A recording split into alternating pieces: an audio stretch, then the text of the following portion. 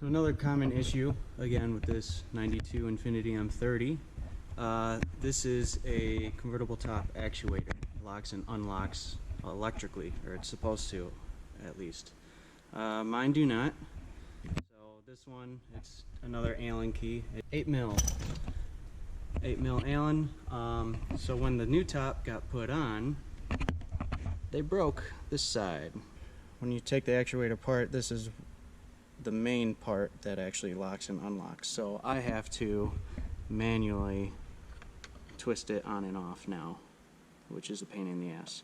But if your convertible does not go down, it may be because these actuators are staying locked. So you have to manually unlock them. Once they are unlocked, then you're able to push the down button. The windows should go down, and the top should go down as long as everything's bled correctly.